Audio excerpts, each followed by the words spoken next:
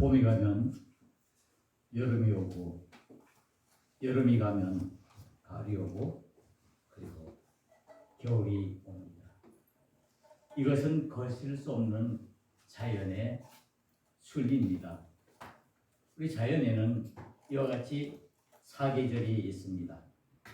봄, 여름, 가을, 겨울이죠. 계절은 어김없이 순차적으로 돌아갑니다. 우리는 이 계절의 흐름 속에서 정말 시간의 흐름을 깨닫게 됩니다. 계절은 속일 수가 없습니다.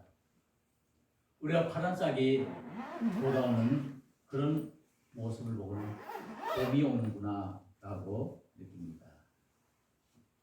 이 계절의 느낌을 통해서 우리는 우리의 시간이 흘러감을 또한 느끼게 됩니다. 시간은 화살처럼 흐른다고 하죠. 그리고 이 시간은 또한 강물처럼 흐른다고도 합니다. 우리 지나간 시간은 다시 결코 돌아오지 않습니다. 우리의 삶을, 우리의 지나간 시간을 돌아보면 어느새 나이가 40이 되고 50이 되고 60이 되고 70이 되고 그렇습니다. 이 흘러가는 시간을 아쉬워하면서 그 시간을 붙들어낼 수 없음에 우리는 늘 안타까워합니다. 정말 시간은 눈 깜짝할 새에 지나가는 것 같습니다. 가장 빠른 새가 어떤 새입니까? 눈 깜짝할 새입니다. 정말 여러분, 우리의 지난 시간, 우리 연락선의 자매도 계시지만 지나간 우리의 시간들을 돌아보면은 엊그제 같은데 우리가 벌써 60, 70, 80에 이르러 우리가 이 세상을 살아가게 되는 것을 보게 됩니다. 늘 아쉬워하죠. 여기 자연의 사계절이 있듯이 우리 인생에도 사계절이 있는 것 같습니다.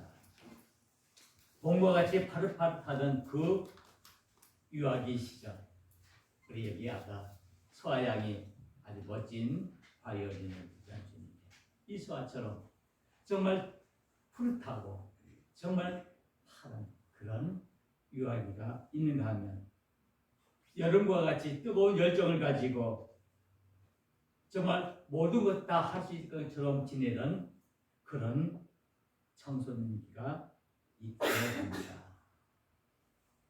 또 가을에 많은 열매를 맺는 것처럼 우리의 성숙한 인생의 가을을 맞이하는 그런 성년기도 있습니다. 또 우리 인생에는 겨울과 같은 그런 차갑고 싸늘한 그리고 혹독한 추위가 있는, 어쩌면 새로운 봄을 기다리는 그런 노년기도 있을 수가 있습니다. 이와 같이 우리의 인생의 모습은 봄, 여름, 가을, 겨울 이렇게 인생의 그 계절들을 보내면서 우리가 지내고 있습니다. 여러분들의 인생은 지금 어느 계절에 속해 있습니까?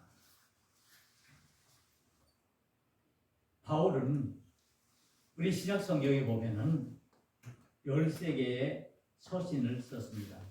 어떤 학자는 14개의 서신을 썼다고 하는데 보통 13개의 서신을 말합니다. 보통 일반 서신에는 가장 먼저 데살로니가 전서, 후서, 그리고 로마서, 고린도 전후서, 갈라디아서를 썼고 또 옥중에서 에베소서, 빌레몬서, 빌립보서, 골로새서, 빌레몬서 이와 같이 4개의 성경을 썼어요. 또 우리가 목회서신이라고 말하는 디모데전서, 디모데후서, 디도서 이와 같은 성경을 쓰기도 했습니다. 바울은 이런 서신들을 통해서 우리 기독교의 그 구원의 복음의 진리를 아주 명확하게 우리들에게 전해주고 있습니다.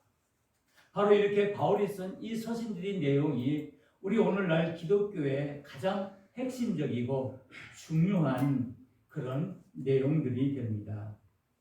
바울이야말로 우리 기독교의 틀을 잡는 데 큰 역할을 한 인물이라고 볼 수가 있습니다. 이 바울은 이 복음을 증거하다가 말년에 이제 붙잡혀 옥에 갇히게 됩니다. 우리가 이 바울의 생애를 우리가 돌아보면은 그가 처음에는 예수님을 부인하던 그런 사람이었는데 다메섹 도상에서 그 부활하신 그 주님을 만나고 난 그 이후에 그의 삶이 완전히 360도, 180도 변해서 이제 오직 복음의 사람으로 특히 이방인들에게 복음을 증거하는 일에 그의 모든 삶을 바쳤던 그런 사람입니다. 그래서 그는 동서양을 가리지 않고 정말 온 땅을 다니며 주님의 복음을 외쳤던 사람입니다. 오늘 우리가 함께 읽은 이 디모데후서 4장에 있는 말씀은 이 바울의 서신 중에 마지막 시기에 쓴 그런 목회 서신 중에 한 부분으로 아주 개인적이고 사사로운 내용을 쓰고 있는 그런 내용입니다. 바로 그가 옥생활을 하면서 얼마나 힘들었는가를 우리에게 보여주고 있고 그를 통해서 이제 그가 앞으로 어떻게 복음을 위해서 살아갈 것인가를 우리에게 잘 보여주고 있습니다. 어쩌면 이 바울은 이 디모데 후서를 쓰면서 자신이 이제 감옥에서 얼마 남지 않은 생애를 보낼 것이고 이제 얼마 남지 않아 이 세상을 떠나 죽음을 맞게 될 것을 예견하는 것이라고 볼 수가 있습니다. 그의 삶은 옥에서 생활하기 때문에 많은 어려움과 고난과 시련이 있었습니다.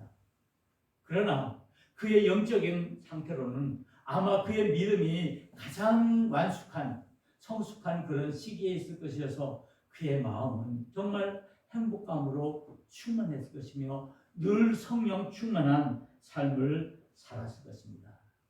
그래서 육적으로는 괴롭고 힘든 그런 상황에 있었지만은 그러나 영적으로는 정말 성숙하고 정말 깊은 영적인 경지에 이르렀다고 볼 수가 있습니다. 오늘 우리가 이 디모데후서 4장 9절에서 22절에 있는 말씀을 우리가 함께 읽었는데요. 이 말씀은 디모데에게 쓴 마지막 편지의 내용입니다. 우리가 알다시피 이 내용을 보면은 어떤 거창한 내용이 아닙니다. 어떤 교리적이고 정말 신앙에 어떤 교훈을 주는 그런 내용들에 보면은 아주 담담하게 자신의 일상을 소소히 디모데에게 이야기하면서 부탁하는 개인적인 그런 내용이라고 볼 수가 있습니다. 그러기에 오늘 우리는 이 바울이 쓴 이 마지막 부분의 내용들을 우리가 아주 주의 깊게 살펴볼 필요가 있습니다. 왜냐하면 어떤 교리적이고 어떤 신앙적인 면을 떠나서 바울이 지금까지 자신이 살아온 그 삶에 있어서의 그 모든 일상과 소소한 개인의 삶의 내용을 우리에게 보여주고 있기 때문입니다. 우리가 이 내용을 전체적으로 보면은 바울은 이 내용을 통해서 사람들에 대한 이야기를 하고 있습니다. 오늘 이 짧은 이 성경에 보면은 무려 16명이나 되는 사람들의 이름을 거명하고 있습니다. 그 사람들에 대해서 자세히 이야기를 쓰고 있지 않지만은 이 바울이 왜 오늘 이 디모데에게 쓰는 마지막 편지에 있어서 이렇게 여러 사람들의 이름들을 거명하고 있을까요? 우리는 이 속에서 깊은 바울의 그 내용들을 우리가 살펴볼 수가 있습니다. 먼저 바울은 이 오늘 편지를 쓰는 가운데 먼저 이렇게 시작합니다. 너는 어서 속히 내게로 오라. 디모데에게 부탁하는 말입니다. 너는 내게 속히 내게로 오라. 다른 말을 하지 않습니다. 무슨 부탁을 하는지도 구체적으로 얘기하지 않지만은 우선 너가 나에게로 오라. 그러면서 이제 사람들의 이야기를 합니다. 가장 먼저 거론하는 사람이 데마라는 사람입니다. 이 데마에 대해서 10대로 보면은 데마는 이 세상을 사랑하여 나를 버리고 데살로니가로 갔고 라고 쓰고 있습니다.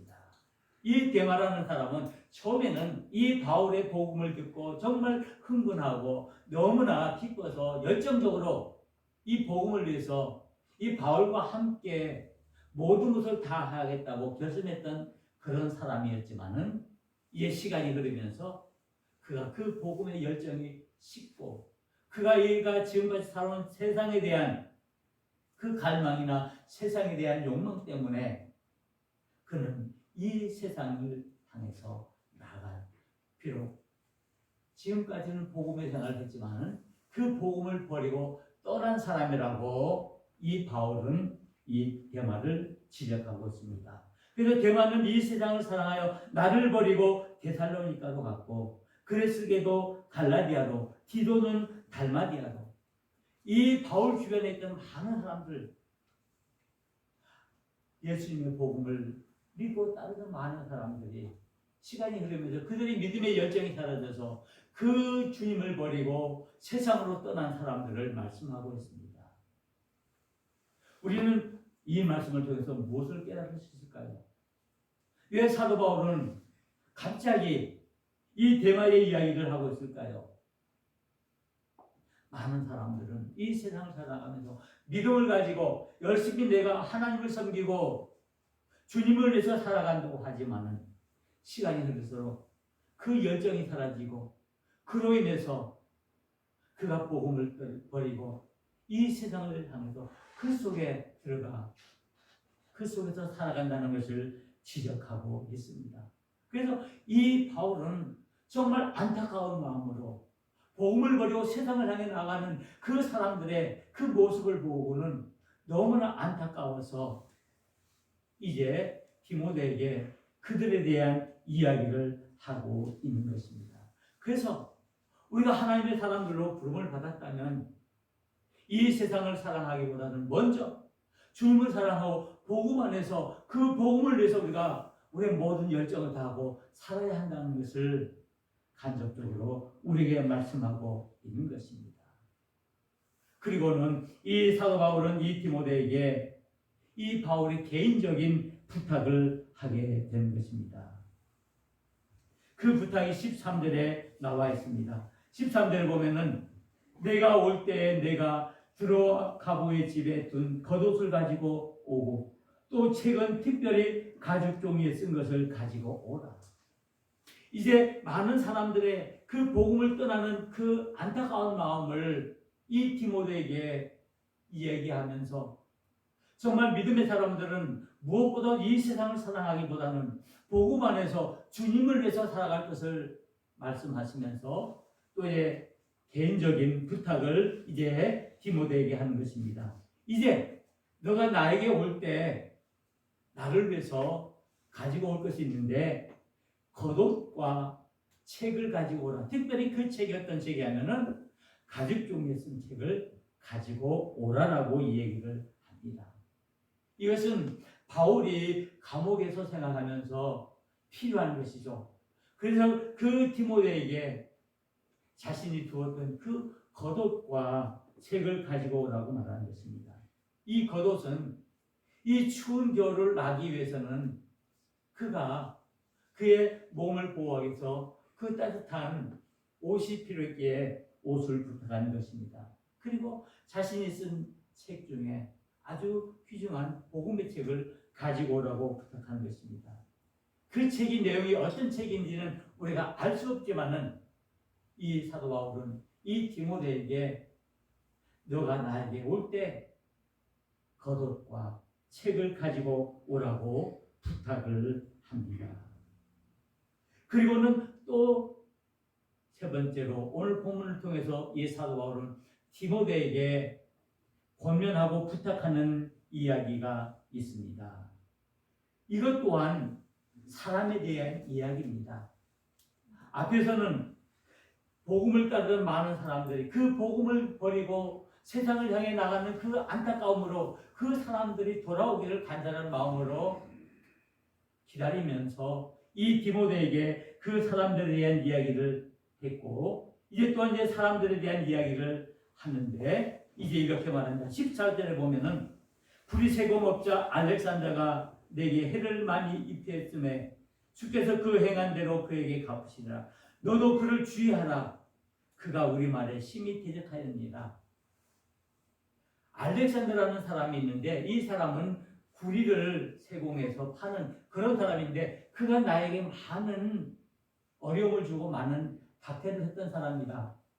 그 사람이 복음을 많이 받겠는데 혹시 이 사람이 너를 또 박해하고 너를 어렵게 할지 모르니까 너도 이 알렉산더를 주의해라. 나에게 행한 그 모든 악행들, 이것은 우리 주님께서 하나님께서 하시고 그것은 갚아주실 것이다. 많은 사람들이 우리에게 악행을 하고 우리에게 나쁜 일을 행한다 할지라도 그것을 내가 원수를 갚으려고 복수하려고 하지 마라. 그 모든 것은 하나님께서 행해 주신다는 말씀입니다. 그러면서 너도 이 알렉산더를 주의하라. 그러면서 또 많은 사람들의 이야기를 합니다. 많은 사람들이 정말 이 복음을 반대하는 사람들이 있는데 그애들에 대해서 원망하지 마라. 정말 그들에 대해서 모든 잘못들을 용납하는 용납의 마음을 가지라고 이 디모데에게 권면하고 있습니다. 여기에서 구체적으로 이 바울은 믿음의 사람들이 그 사람들과의 관계를 어떻게 해야 할 것인가? 비록 그 사람들이 나를 박해하고 나에게 정말 못된 일을 행한다 할지라도 그것에 대해서 그 사람들을 우리가 어떻게 대해야 할 것인가를 얘기하고 있습니다. 그래서 이 바울은 모든 사람들의 이름을 구체적으로 하나하나 대하면서 그들을 돌봐주고 그들을 용납하는 그런 마음을 가지라고 말씀하고 있습니다. 바로 우리 믿음의 사람들이 그리스도인들이 가져야 할 그런 마음의 자세를 권면하고 있는 것입니다. 과연 내가 하나님의 사람으로 부름을 받고 내가 그리스도로 택함을 받았는데 나의 삶 속에서 많은 사람들과의 관계 속에서 살아가면서 그 사람들에서 우리는 어떤 자세로 살아가고 있습니까? 많은 사람들은요 살아가면서 상대방에 대해서 특히 두 가지 생각밖에 안 해요. 한 사람, 한 종류는 그 사람은 나의 친구든가 아니면은 나의 원수로 생각하는 경향이 있습니다. 나에게 잘하고 나와 관계가 좋은 사람은 정말 좋은 친구지만은 나에게 좀 나쁜 감정이 있고 나쁜 일을 행하고 나쁜 말을 하는 경우에는 그 사람과는 전혀 다시 볼 것 같이 안 볼 것 같이 행하는 그런 원수처럼 행하는 경우가 있다는 말씀입니다.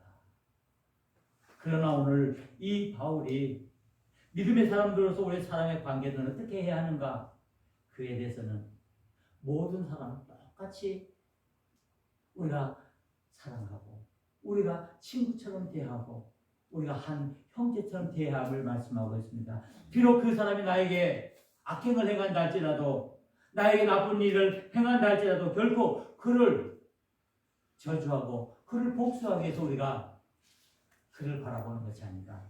우리 주님께서 우리를 사랑해 주시고 우리를 용서해 주신 것처럼 우리는 용납의 마음을 가지고 그들을 품는 마음을 가져야 함을 말씀하고 있습니다. 그리고 우리가 모든 이웃들을 우리의 성도들을 우리가 돌아보아야 한다라고 말씀하고 있습니다. 바울이 이렇게 말합니다.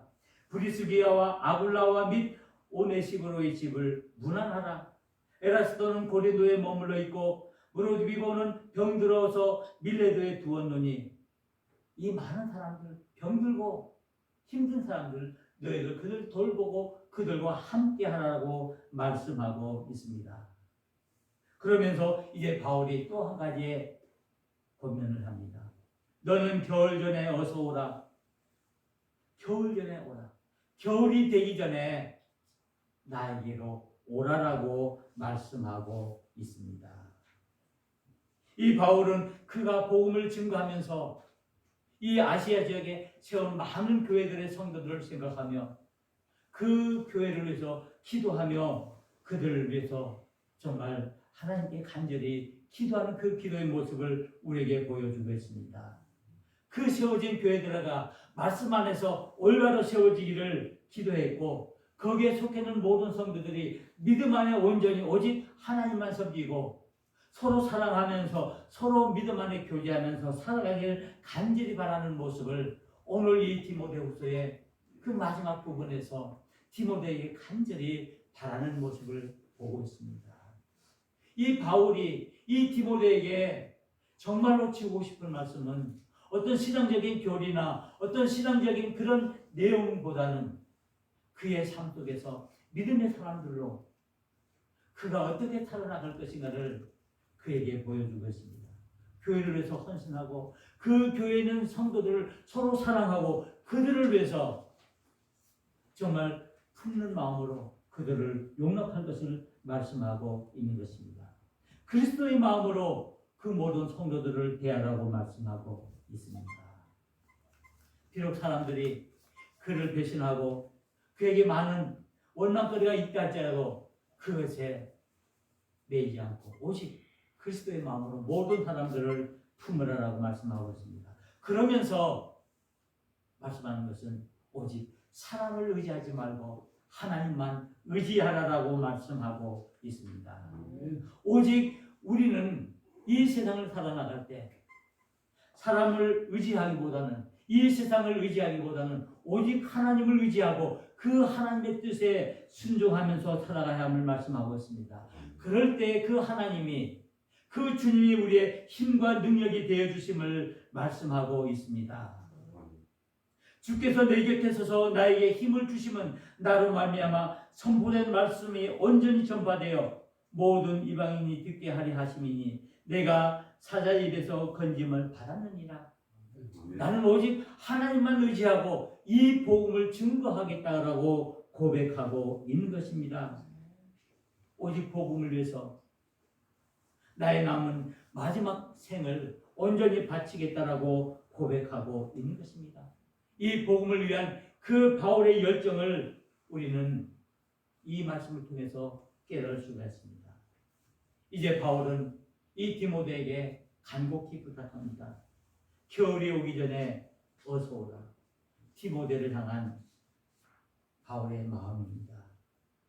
겨울이 오기 전에 빨리 나에게로 겉옷과 그리고 책을 가지고 오라라고 말씀하는 것입니다. 왜냐하면 이 겨울은 우리에게 추위와 외로움과 고독감을 주기 때문에 이것들을 이겨낼 수 있는 것들을 준비해서 오라는 말씀입니다. 이 말은 단순히 어떤 계절적인 그 겨울이 오기 전에 오라라는 그런 말보다는 더 깊은 의미는 추위와 혹독한 외로움과 고독과 죽음이 오기 전에 마지막을 준비하라는 말씀입니다. 겨울을 준비하라는 것은 우리의 죽음을 준비하라는 것입니다. 우리가 지금은 세월이 좋아져서 이렇게 겨울이 되어도 그렇게 준비할 때들이 많지 않죠. 왜냐하면 집안마다 다 가스가 있고 또 보온 장치가 아주 잘 되어 있어서 그렇게 추위가 큰 염려가 안 되지만은 옛날에는 아마 많은 분들이 기억하셨듯이 이 겨울이 오기 전에 우리는 항상 뭘 합니까? 월동 준비하는 게 있습니다. 그래서 김장도 하고 또 연탄 떼던 시대는 연탄도 준비하고 또 산에 올라가서 땔감도 이렇게 준비하고 또 여러 가지 그 겨울을 나기 위해서 많은 월동 준비를 합니다.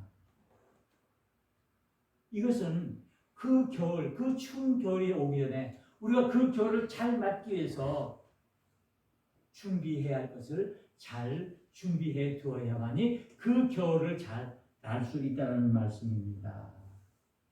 오늘 사도 바울이 우리에게 겨울이 오기 전에 우리에게 준비할 것들을 말씀하고 있습니다.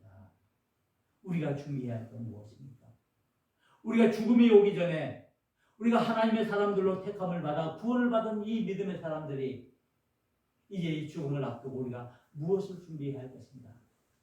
세상 사람들은요, 이 죽음이 모든 것이 끝이라고 말합니다.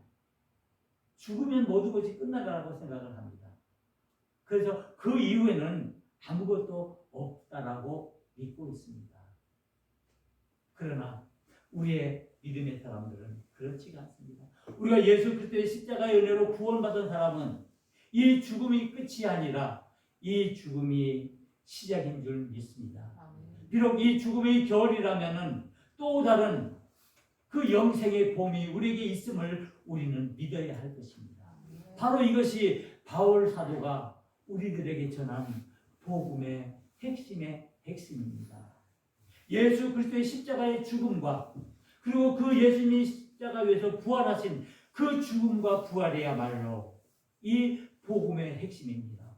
죽음이 끝이 아니라 이 죽음은 부활을 통해서 새로운 시작임을 우리에게 말씀하고 있는 것입니다. 그러게 우리 믿음의 사람들은 이제 이 겨울이 오기 전에, 이 죽음이 오기 전에 우리는 새로운 생명을 위해서, 새로운 삶을 위해서 우리가 준비해야 합니다. 바로 많은 사람들은 이 세상을 살아가면서 가장 많이 걱정하는 것이 뭡니까? 가장 삶에 있어서 준비하는 것이 뭡니까? 많은 사람들은 이제 살아가면서 젊은이들도 성인들도 이제 앞으로 내가 노후에 어떻게 살 것인가? 뭘 준비합니까? 노후 대책을 합니다. 내가 노후에 내가 나이 들어서 내가 늙어서 어떻게 다른 사람들의 도움을 받지 않고 내가 편히 행복하게 살아갈 수 있을까? 그것을 위해서 열심히 일도 하고 노력도 해서 노후 대책을 합니다. 그렇죠? 물론 저와 여러분들도 노후 대책을 해야겠죠. 앞으로 우리에게 닥칠 그 노후에 우리가 어떻게 생활해야 할 것인가? 내게 필요한 무엇인가를 내가 착실하게 준비하는 것, 그 대책을 다루는 것, 준비한 것 중요합니다. 그러나 우리 믿음의 사람들에게는 이 노후 대책 못지않게 중요한 것이 있습니다. 무엇이겠습니까? 사후 대책입니다. 우리가 죽음 이후에 우리에게 있어질 그 일들을 위해서 우리는 무엇을 준비해야 합니까? 우리는 노후 대책을 위해서 우리의 모든 힘을 다 쏟지만은 정말 우리가 믿음의 사람들로서 사후 대책을 위해서 우리가 무엇을 했습니까? 사도 바울은 오늘 말씀을 통해서 우리가 죽음 이후에 있을 그 새로운 그 삶을 위해서 우리는 그 영생의 삶을 위해서 준비해야 할 것이 있는데 바로 그것입니다. 믿음의 준비를 말씀하고 있습니다. 우리가 죽기 전에 우리가 생명을 다하기 전에 우리가 새로운 그 생명의 삶을 위해서 우리가 믿음으로 우리의 믿음을 온전히 지켜나가야 한다는 말씀입니다. 우리가 믿음의 사람들로 구원을 받았고 새 생명을 얻은 믿음의 사람들이라면 이 구원의 문제, 이 생명의 문제야말로 우리에게 있어서 가장 중요한 문제입니다. 이 세상의 문제가 중요한 것이 아니라 이보다 더 중요한 것, 이 영생의 문제, 우리의 그 죽음 이후의 문제가 중요하다는 사실, 우리의 구원을 어떻게 얻을 것인가, 우리의 영생을 어떻게 이 영생의 삶을 살고 살아가야 한다에 대해서 우리가 관심을 두어야 한다는 말씀입니다. 우리는 이 세상을 천년 만년 살 수 없습니다. 언젠가는 분명히 우리에게 죽음이 다가옵니다. 이 세상에서 가장 참된 진실 중 하나가 모든 사람들에게는 죽음이 있다는 사실입니다. 그러나 이 죽음 앞에서 우리가 두려워하고 떨 것이 아니라 이 죽음 이후에 있을 그 새로운 생을 위해서 우리가 어떻게 준비해야 할 것인가? 우리가 무엇을 해야 할 것인가? 이 인생의 겨울이 오기 전에 우리는 무엇을 해야 할 것입니까? 오늘 건강하고 우리 삶에 부족한 것이 없으니까 우리가 문제가 없다. 그러나 우리에게는 영원한 생명이 우리에게 선물로 주어졌습니다. 이 생명을 위해서 이제 우리가 무엇을 해야 합니까? 우리가 한치 앞을 알 수 없는 우리의 삶 앞에서 우리는 믿음의 사람들로 우리의 믿음들을 지키기 위해서 믿음의 준비를 해야 합니다. 하나님 나라를 위해서, 그 천국을 위해서 우리에게 주어진 모든 삶 속에서 우리의 믿음을 우리가 온전히 지켜 나가야 합니다. 나에게 주어진 직분을 통해서, 나에게 주어진 이 사명들을 통해서 온전히 하나님의 뜻을 이루어 나가야 한다는 말씀입니다. 그것은 바로 우리가 하나님의 방법으로 살아가는 것입니다. 하나님의 뜻대로 살아가는 것입니다. 하나님이 원하시는 삶의 방식대로 살아가는 것입니다. 대만은 이 세상을 사랑해서 하나님을 버렸습니다. 이 세상의 행복을 위해서 하나님의 삶의 방식을 버렸습니다. 그래서 바울은 이 대마의 삶을 아쉬워하고 있고, 그래서 우리에게 권면하고 있는 것입니다. 우리가 믿음의 사람으로 택함을 이제 받았기에 이제 우리의 믿음을 온전히 지켜나가야 합니다. 이 믿음을 지켜야 할 때, 이 믿음 속에서 우리는 하나님이 우리에게 주는 영원한 축복을 누릴 수가 있습니다. 우리에게도 인생의 겨울이 다가옵니다. 때로는 우리에게 고난과 역경과 시련의 일들이 우리 앞에 있습니다. 어려운 삶이 우리 앞에 있다 할지라도 우리가 그것으로 인해서 낙심하고 좌절할 것이 아니라 다시 우리 앞에 주어지는 그 영원한 그 하나님 나라의 봄날을 우리가 바라보면서 이 겨울이 오기 전에 우리가 준비할 것을 온전히 착실하게 하나하나 준비해 나가야 합니다. 이제는 우리는 하나님 나라를 위해서 영원한 집인 이 천국을 향해서 우리에게 허락된 그 의의 면류관을 향해서 우리는 온전히 우리의 믿음들을 지켜나가야 할 것입니다. 디모데후서 4장 7절에서 8절에 이렇게 사도 바울은 고백하고 있습니다. 나는 선한 싸움을 싸우고 나의 달려갈 길을 마치고 믿음을 지켰으니 이제후로는 나를 위하여 의의 면류관이 예배되었으므로 주 곧 의로우신 재판장이 그날에 내게 주실 것이며 내게만 아니라 주의 나타나심을 삼하는 모든 자에게 돕니다. 우리에게 예비된 그 의의 면류관을 향해서 우리의 인생의 겨울이 오기 전에 이제 우리가 이 따뜻한 영생의 봄날을 맞이하기 위해서 이제 우리는 주님을 향해서 나아가야 합니다. 주님을 기다려야 합니다. 오늘 대림절 첫째 주일입니다. 이 대림절은 우리 주님이 우리를 구원하시기 위해서 오신 그 아기 예수님의 오심을 기다리는 절기입니다. 오늘 우리가 이 대림절 첫째 주일에 우리를 구원하시기 위해서 이 땅에 오신 그 아기 예수님을 사모하는 마음으로 기다리며 이제 이 인생의 겨울이 오기 전에 우리의 믿음들을 온전히 지켜 선한 싸움에서 승리하는 저와 여러분들이 되시기를 주님의 이름으로 간절히 축원합니다.